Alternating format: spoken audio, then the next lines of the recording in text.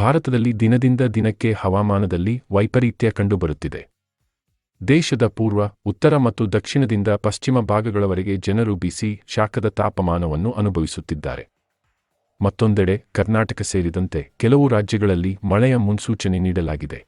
ಕರ್ನಾಟಕದಲ್ಲಿ ಮಳೆಯಾಗುತ್ತಿರುವುದು ಖುಷಿಯ ಸಂಗತಿ. ಮಳೆಯಿಲ್ಲದೆ ರೈತರು ಮತ್ತು ಜನರು ತುಂಬಾ ಕಷ್ಟ ಅನುಭವಿಸುತ್ತಿದ್ದರು. ಈಗ ಭರ್ಜರಿ ಮಳೆಯಿಂದ ಬೆಳೆಗಳು ಉಳಿದು ರೈತರಿಗೆ ಸಂತೋಷ ಸಿಕ್ಕಿದೆ. ಈ ವಾರ ಮತ್ತೆ ಭರ್ಜರಿ ಮಳೆಯ ಸೂಚನೆ ಇರುವುದು ರೈತರಿಗೆ ಮತ್ತು ಜನರಿಗೆ ಖುಷಿಯ ಸಂಗತಿ. ಈಗ ಮಳೆಯಾದರೆ ಅವರ ಕಷ್ಟಗಳು ಸ್ವಲ್ಪ ಮಟ್ಟಿಗೆ ಕಡಿಮೆಯಾಗಲಿವೆ. ಇಂದು ಕೂಡ ರಾಜ್ಯದ ಕರಾವಳಿ, ದಕ್ಷಿಣ ಒಳನಾಡು ಹಾಗೂ ಉತ್ತರ ಒಳನಾಡಿನ ಕೆಲವು ಪ್ರದೇಶಗಳಲ್ಲಿ ಮಳೆಯಾಗಲಿದೆ ಎಂದು ಹವಾಮಾನ ಇಲಾಖೆ ಮುನ್ಸೂಚನೆ ನೀಡಿದೆ.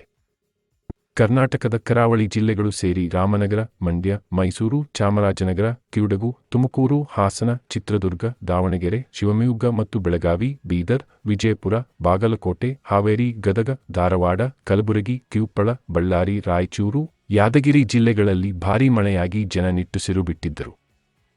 ಕರಾವಳಿಯ ದಕ್ಷಿಣ ಕನ್ನಡ, ಉಡುಪಿ ಜಿಲ್ಲೆಗಳು, ಉತ್ತರ ಒಳನಾಡಿನ ಬಾಗಲಕೋಟೆ, ಬೆಳಗಾವಿ, ಬೀದರ್, ಧಾರವಾಡ, ಗದಗ, ಕಲಬುರಗಿ, ಕೊಪ್ಪಳ, ರಾಯಚೂರು, ವಿಜಯಪುರ, ಯಾದಗಿರಿ ಹಾಗೂ ದಕ್ಷಿಣ ಒಳನಾಡಿನ ಚಾಮರಾಜನಗರ, ಚಿತ್ರದುರ್ಗ, ಹಾಸನ, ಕೊಡಗು, ಮಂಡ್ಯ, ಮೈಸೂರು ಜಿಲ್ಲೆಗಳಲ್ಲಿ ಮಳೆಯಾಗುವ ಮುನ್ಸೂಚನೆಯನ್ನು ಹವಾಮಾನ ಇಲಾಖೆ ನೀಡಿದೆ.